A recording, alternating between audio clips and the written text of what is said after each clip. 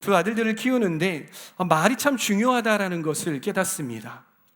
왜냐하면 얘네들이 말을 이렇게 하나씩 배워가면서 이 단어는 어디서 배웠을까라는 그런 생각을 하게 되는 단어도 말하고요. 그렇게 아이들이 말하는 것들, 말이 늘어가는 것들을 보면서 참 깜짝깜짝 놀랄 때가 있어요.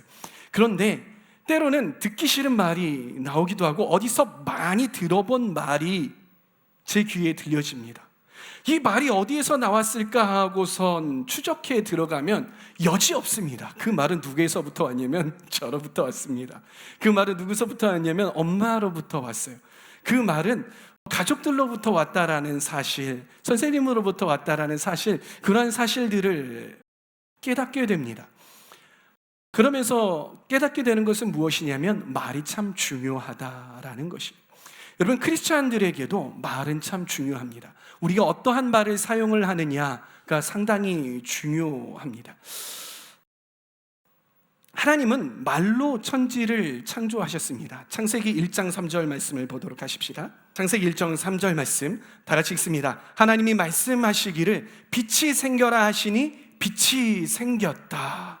어떻습니까? 하나님께서는 무엇으로 천지를 창조하셨습니까? 바로 말씀, 말로 천지를 창조하셨다라는 사실 우리가 알 수 있는 것이죠.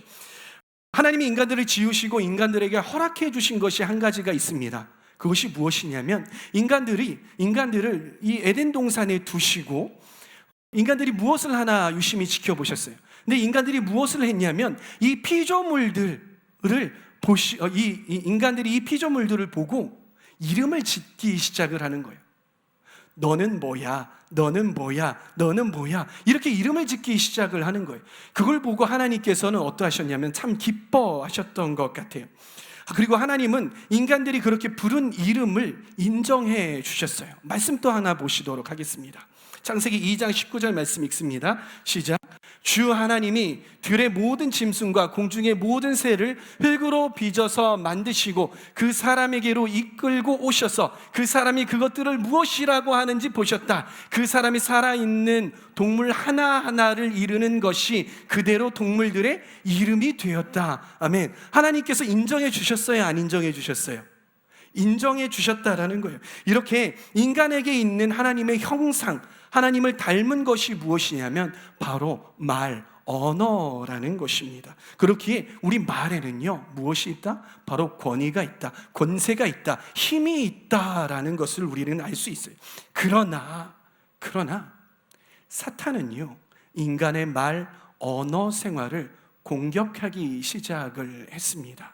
우리 창세기 3장 1절 말씀을 보도록 하시겠습니다. 읽습니다. 뱀은 주 하나님이 만드신 모든 들짐승 가운데서 가장 간교하였다. 뱀이 여자에게 물었다. 하나님이 정말로 너희에게 동산 안에 있는 모든 나무의 열매를 먹지 말라고 말씀하셨느냐? 사탄은요 하나님의 말씀을, 그렇죠? 하나님의 말을 왜곡을 했습니다. 그리고 아담과 하와가 죄를 범했던 것도 이 사탄의 말 때문이었던 것이에요. 그리고 이 범죄한 아담과 하와가 어떻게 되었습니까? 말로 거짓말을 하고 그리고 말로 남을 탓하는 그러한 말을 하게 되었다라는 것입니다. 우리 그 밑에 있는 말씀 창세기 3장 12절에서 13절까지의 말씀을 함께 읽도록 하겠습니다. 시작. 그 남자는 핑계를 대었다. 하나님께서 저와 함께 살라고 짝지어 주신 여자, 그 여자가 그 나무의 열매를 저에게 주기에 제가 그것을 먹었습니다. 잠깐 여기서 멈춰보죠. 이 아담이 무엇을 하고 있습니까? 무슨 말을 하고 있습니까? 이 뉘앙스가 어떻게 느껴지십니까? 하나님께서 저에게 주신 그 여자 때문이에요. 그 여자가 하나님께서 저와 함께 살라고 짝지어 주신 그 여자가 그 나무의 열매를 저에게 주었기에 제가 그것을 먹었습니다. 먹을 수밖에 없었어요. 정죄하고 하나님께 고발하고 있죠. 그러면서 슬쩍 나는 죄가 없어요. 나는 죄가 없는 걸요. 말로 다른 사람을 공격을 하고 있는 것이. 그리고 뒤에 읽습니다. 하나님이 그 여자에게 물었다. 너는 어쩌다가 이런 일을 저질렀느냐? 여자도 핑계를 대었다. 세 번역이에요. 세 번역에 핑계를 대었다라고 이야기해요. 그러면서 뱀이 저를 꿰어서 먹었습니다. 말로 핑계를 대면서 변명을 하게 되는 것이죠. 이 말, 언어가 중요하다라는 것을 우리는 이 바벨탑 사건을 통해서도 잘 알 수 있습니다. 인간이 범죄하고 하나님에게까지 닿기 위해서 무엇을 쌓았습니까? 바벨탑을 쌓았어요. 그런데 하나님 보시기에 그것이 좋았습니까? 나빴습니까? 좋지 않았어요. 하나님께서 속상해 하셨어요. 그러면서 하나님께서 한 가지 조치를 내리십니다. 그것이 무엇이었습니까? 바벨탑을 하나님께서 천사들 내보내셔서 바벨탑을 부숴버리셨습니까? 아니에요. 하나님께서 하셨던 것이 무엇이냐면 바로 인간들의 언어를 흩어버리셨습니다. 창세기 11장 8절 말씀을 읽도록 하겠습니다. 시작. 주님께서 거기에서 그들을 온 땅을 흩으셨다. 그래서 그들은 도시 세우는 일을 그만두었다. 하나님께서 언어를 흩으시니까 바벨탑 쌓는 일이 진행이 되었습니까? 멈추었습니까? 멈추어졌어요. 그리고 인간들이 그 자리에서 막 모여서 뭔가를 만들던 이 인간들이 흩어져 버리고 만 것이죠. 이 바벨탑 사건을 통하여서 우리가 알 수 있는 바가 무엇이냐면요, 우리의 말은요, 무언가를 세울 수 있게, 무언가를 잘 만들어가면서 세울 수 있게도 하지만 이 언어를 잘못 사용하게 되면은 무언가를 아주 손쉽게 흩어버릴 수도 있는 그러한 원인이 되기도 한다라는 사실을 알 수 있게 되는 것이죠. 이스라엘 백성들이 광야 생활을 할 때였습니다. 그들이 하나님으로부터 책망받았던 이유들, 거의 대부분의 이유들이 어디에 있는 줄 아십니까? 바로 말에 있었습니다. 말 때문에 하나님께 책망을 받았던 게 정말 많았어요. 출애굽기 15장 24절 말씀을 보도록 합니다. 이스라엘 백성은 모세에게 우리가 무엇을 마신단 말입니까? 하고 불평하였다. 이스라엘 백성들은 먹을 것, 마실 것 때문에 하나님께 불평의 말을 쏟아놓기 시작했어요. 그리고 그 불평의 말 때문에 모세를 공격하고, 그리고 궁극적으로는 하나님을 대적하게 되었다라는 사실을 우리는 기억해야 하는 것이죠. 12명의 정탐꾼이 가나안 땅을 정탐하고 다시 이스라엘 백성에게 돌아옵니다. 10명의 정탐꾼이 무슨 말을 합니까? 부정적인 이야기를 합니다. 그러나 오직 여호수아 갈렙, 이 두 사람만이 믿음의 고백, 믿음의 말을 합니다. 우리 민수기 14장 6절에서부터 8절까지의 말씀을 함께 읽습니다. 이번에는 여러분들이 크게 읽도록 하겠습니다. 시작.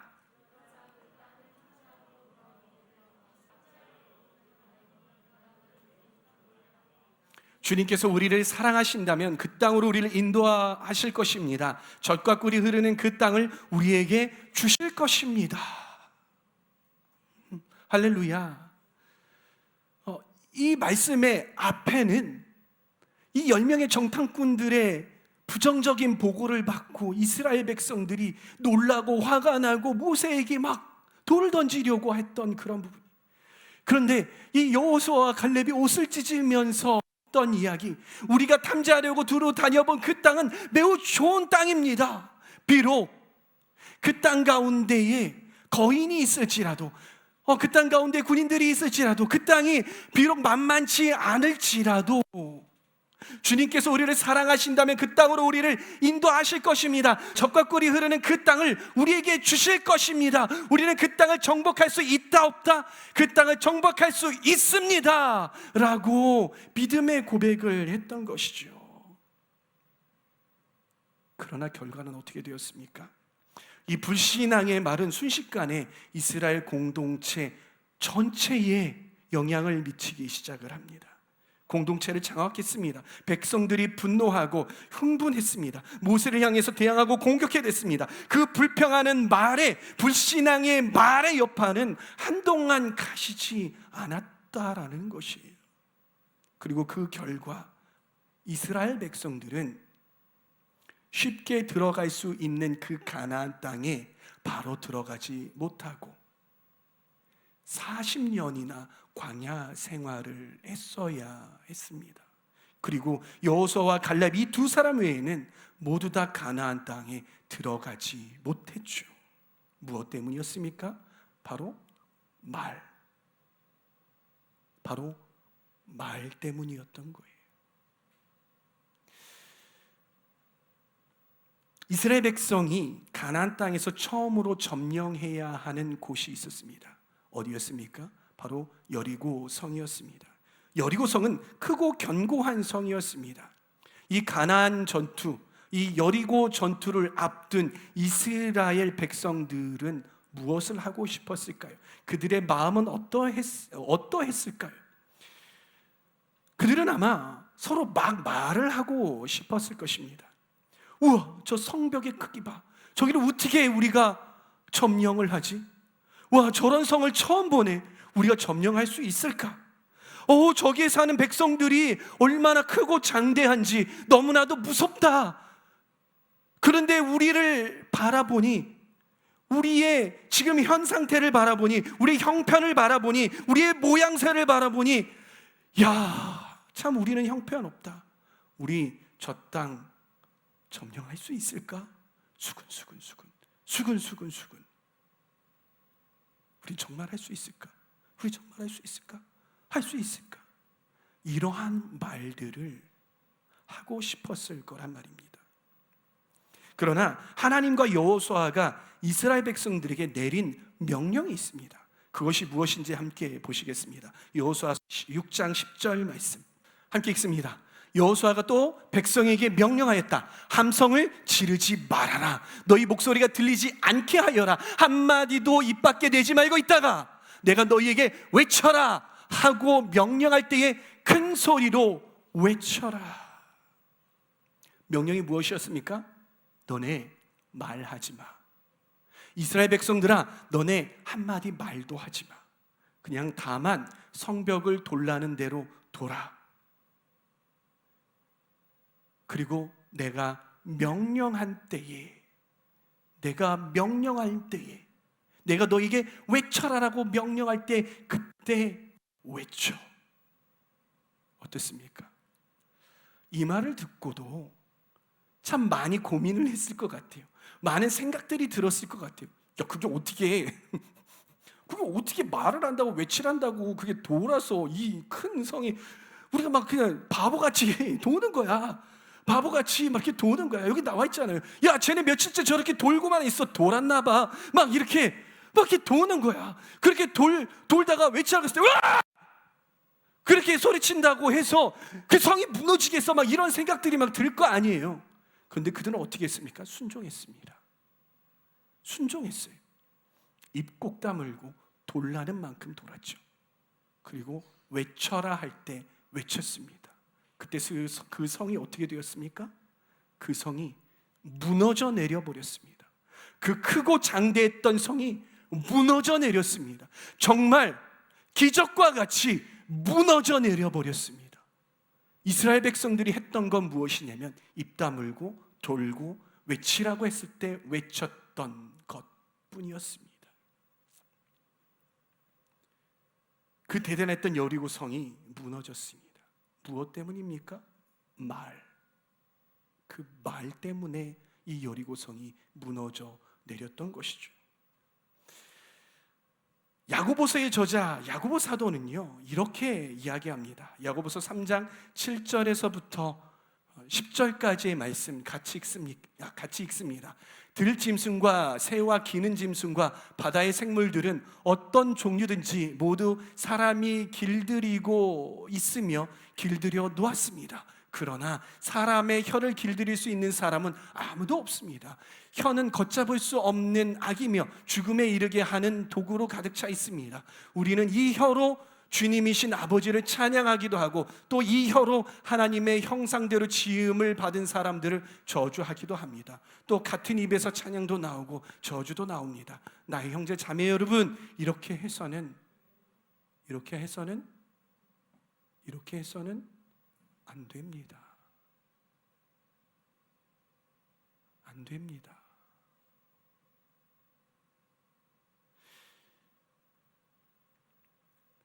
여기서 말하고 있는 야고보 사도가 말하고 있는 말이 무엇입니까? 우리의 혀는, 우리의 입술은, 우리의 언어는 정말 작은 것 같지만 거기에는 엄청난 힘이 있다라고 야고보 사도가 말하고 있는 것이죠. 불과 같다고 하고요, 걷잡을 수 없는 악이라고도 표현하기도 합니다. 그리고 죽음에 이르게 하는 독으로 가득 차 있다라고 표현을 합니다. 그러나 혀를 길들이기 쉽다고 했습니까? 어렵다고 했습니까? 다른 짐승들은 모두 다 길들일 수 있고 길들여 오고 있지만 말은 그게 안 된다고 했어요. 그러면 어떻습니까? 우리는 이 길들여지지 않은 입을 우리의 마음대로 그렇게 사용해야 하는 것입니까? 우리가 말하고 싶은 대로 그냥 그렇게 말해야 되는 것입니까? 통제되지 않은 말을 그냥 그렇게 막 말해야 되는 것입니까? 불가능하다고 했잖아요. 그러나 그렇게 해서는 안 된다. 우리의 입술에서 찬양을 하기도 하고 저주도 하기도 하고, 그러나 말을 길들일 수 없다고 생각을 하고 그냥 포기해버리고 그렇게 해서는 안 된다. 우리의 입술은 성령님의, 하나님 아버지의 뜻대로 길들여져야 한다. 길들이려고 몸부림쳐야 한다. 그리고 기어코 길들여져야 한다. 할렐루야. 그렇게 되어야 한다라는 것이죠. 그래서 그런 한 입으로 찬양도 하고 저주도 하는 그런 아이러니한 상황을 더 이상 만들지 말고 최선을 다해 믿음의 말, 생명의 말을 하라고 힘주어 말하고 있는 것입니다.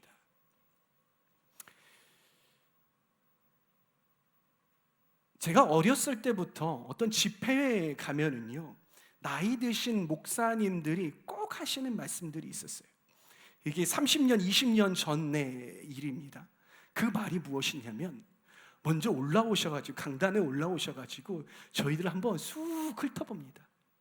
쑥 훑어보면서 하면서 막 혀를 차는 거예요. 아이고 어쩔래 이러는 거예요. 아이고 불쌍한 것들 어쩔래 이러시는 거예요. 그렇게 막 주의를 환기시키면 막 우리가 막 갑자기 그 목사님을 쳐다보면서 뭐지? 내가 뭘 잘못했나? 막 이렇게 되는 거예요. 막 내가 굉장히 가련한 사람이 되는 거예요. 그러면서 말을 떼시는 말씀이 무엇이냐면, 나 때만 해도 조금만 은혜 받으려고 나아가고, 나 때만 해도 조금만 기도하고 조금만 예배하러 나오면 하나님께서 은혜를 펑펑 주시는데, 요즘 시대는 그렇지 않아. 요즘 시대는 신앙생활하기 참 어려워. 그런데 미래는 어떻게 할까? 니네를 보니까 참 기독교가 참 아이고 어떻게 될지 모르겠다. 저봐 자는 인간 있네.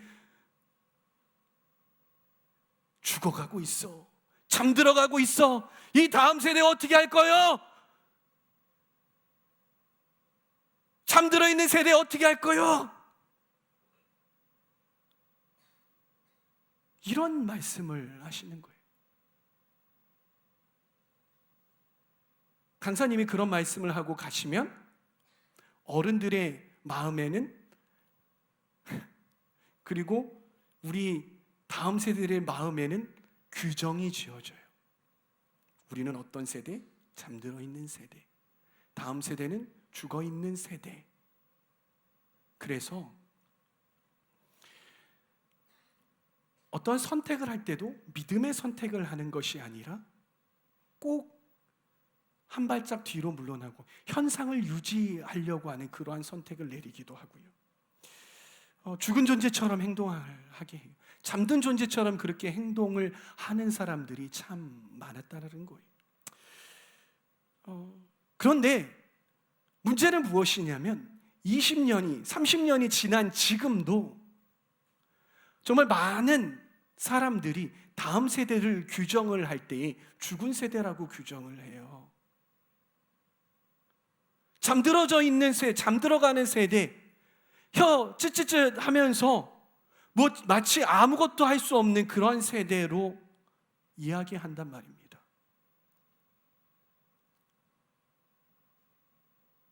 여러분 정말 그렇습니까? 여러분들이 죽은 세대입니까? 여러분들이 잠들어져 있는 세대입니까? 제가 신학교를 갔을 때였어요. 신학교를 가서 10년 전이죠. 또 목사님이 올라오십니다. 교수님이 올라오십니다. 또 똑같은 말씀을 하세요. 혀를 찌찌찌찌 하면서 내가 목회를 할 때는 말이요, 내가 무슨 설교를 해도 성도들이 아멘 아멘 하면서 따라오고 그랬는데 요즘 세대는 그렇지 않아. 니네들 어떻게 목회를 할래? 그만둬. 자신 없으면 그만둬. 이런 말씀을 하시는 거예요.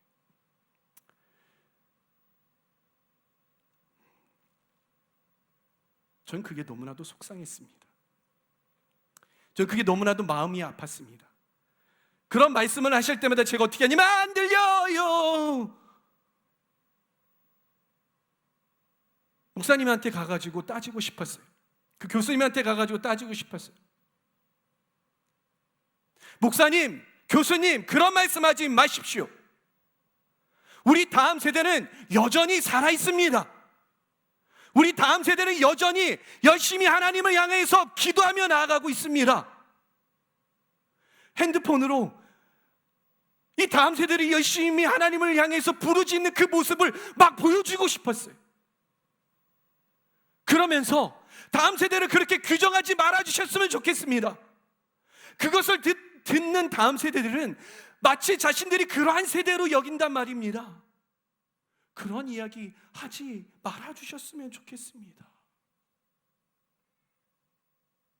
기성세대가 생각하는 방향과 기성세대가 생각하는 방향성과 색깔들이 조금 다르다고 해서 다음 세대들이 죽은 것 아닙니다. 다음 세대들은 여전히 하나님 손에 잘 길러지고 있습니다. 잘 준비되어지고 있습니다. 그렇게 이야기하고 싶었습니다. 사랑하는 청년 여러분, 다음 세대들은 죽지 않았습니다. 왜냐하면 저는 여러분들을 봅니다.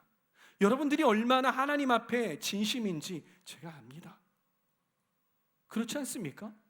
수련회를 위해서 기도한다고 부르짖는 청년들, 누군가의 아픔과 누군가의 힘든 모습을 보면서 그를 위해서 기도하고 중보하고 있는 모습들, 예배를 위해서 중보하고 기도하는 모습들, 준비하는 모습들, 때로는 상황이 안 되지만은 열심히 하나님을 향해서 헌신하고자 하는 그러한 모습들 제가 봐오잖아요. 여러분들은 죽지 않았습니다. 여러분들은 잠들지 않았습니다. 여러분들 스스로가 그렇게 나는 죽었다, 우리 세대는 잠들어 있다라고 표현하지 마시기 바랍니다. 저는 우리 세대가, 여러분들 세대가 여전히 하나님께서 귀히 들어 쓰실 아주 놀라운 세대라고 믿습니다. 그 어느 세대보다도 하나님을 따르고 하나님을 섬기는 세대라고 믿습니다. 자꾸 어두워져가는 이 세상 속에서 빛과 소금이 될 것이라고 믿어 의심치 않습니다. 여러분들은 그런 세대들입니다. 할렐루야. 할렐루야. 그래서 제가 전 사역지들에서 외쳤던 구호가 무엇이었냐면 We are alive 였습니다.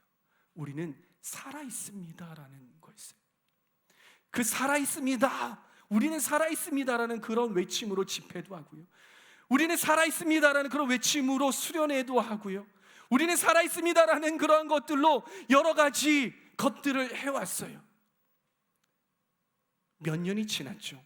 그리고 저의 전 사역지들을 이렇게 연락을 해서 살펴보면 그것들이 어떻게 변했는지 아십니까? 정말 어두워져 가는 그 땅 가운데에서, 척박한 그 땅 가운데에서 그렇게 우리는 살아있습니다라고 외쳤던 청소년들이, 외쳤던 청년들이 그 땅을 살려내고 있는 걸 바라봅니다. 그 땅을 섬기고 있는, 그 교회를 섬기고 있는, 그 단체를 섬기고 있는 모습들을 바라봅니다. 적어도 그들은 살아있습니다. 그리고 그 땅들은 그들로 인해서 밝아지고 있는 걸 보게 됩니다. 사랑하는 청년 여러분, 우리는 아셔야 합니다. 여러분들은 아셔야 합니다. 시대적으로 지금 이 시대가 얼마나 중요한 시대인지, 나라적으로 지금 이 시기가 얼마나 중요한 시기인지, 우리 교회적으로도 지금 이 시기가 얼마나 중요한 시기인지, 그리고 우리 청년부적으로도 이 시기가 얼마나 중요하고 얼마나 촌각을 다투고 있는 그러한 시기, 무엇을 선택하느냐에 따라서 많은 것들이 변할 수 있는 그런 시기라는 것. 누군가는 위기라고 말하지만 우리는 신앙으로 그것들을 바라볼 때 기회다라고 말할 수도 있는 것이죠. 우리는 그러한 시대에 살고 있습니다. 그런데 여러분들은 입술을 열어서 무엇을 말하고 있습니까? 여러분, 무엇을 말하기로 결정하고 무엇을 말하고 있습니까? 어떠한 말을 하고 계십니까? 한번 돌아보시기 바랍니다. 여러분들의 언어가, 여러분들의 말이 어떠한 말을, 어떠한 언어를 사용하고 있는지, 여러분들의 언어가 이 이스라엘에서 가나안 땅으로 정탐한 12명 중에 이 10명처럼 부정적인 말, 안 된다는 말, 불신앙의 말을 하고 있지는 않습니까? 저는 저와 여러분들이 여호수아와 갈렙처럼 믿음의 말, 믿음의 선포하시기를 바랍니다. 이래서 안 된다, 저래서 안 된다, 이래서 힘들다, 이러한 일은 해본 적이 없다, 이러한 말을 하는 것이 아니라 우리는 할 수 있다, 우리에게 하나님께서 능력을 주셨다, 우리는 이 모든 것들을 잘 감당해낼 수 있다, 괜찮다, 할 수 있다, 해보자, 우리는 할 수 있다, 주님께서 우리와 함께 계시지 않냐, 이러한 말이 우리 안에 있기를 소망합니다. 우리가 믿음의 말, 도전의 외침, 믿음의 선포를 할 때 하나님께서 그렇게 이행해 주실 것입니다. 그러나 우리가 불신앙의 말, 절망의 말, 불가능하다는 말을 할 때는 우리는 또 그렇게 살게 될 수밖에 없다는 사실 기억하시기 바랍니다. 그래서 여러분들은 어떤 말을 하시겠습니까? 저는 저와 여러분들의 입술에서 이러한 말이 선포되기를 소망합니다.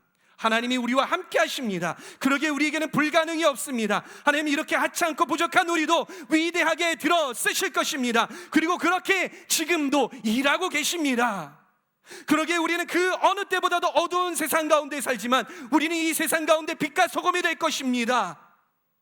세상이 우리를 감당하지 못하는 그런 존재로 우리를 주님께서 만들어 주셨습니다. 우리 그렇게 세상 가운데 나갈 때 세상이 변화되게 될 것입니다. 우리는 주님의 순결한 신부가 될 것입니다. 우리 공동체는 앞으로도 하나님이 이 세상을 감당하는 귀한 공동체로 만들어 주실 것을 믿어 의심치 않습니다. 하나님께서 우리 공동체를 그렇게 사용하실 것입니다 라고 외치시는, 믿음의 말을 하시는, 믿음의 선포하시는 저와 여러분들 다 되시길 바랍니다. 그래, 사랑하는 청년 여러분, 여러분들의 언어를 믿음의 언어로 바꾸십시오.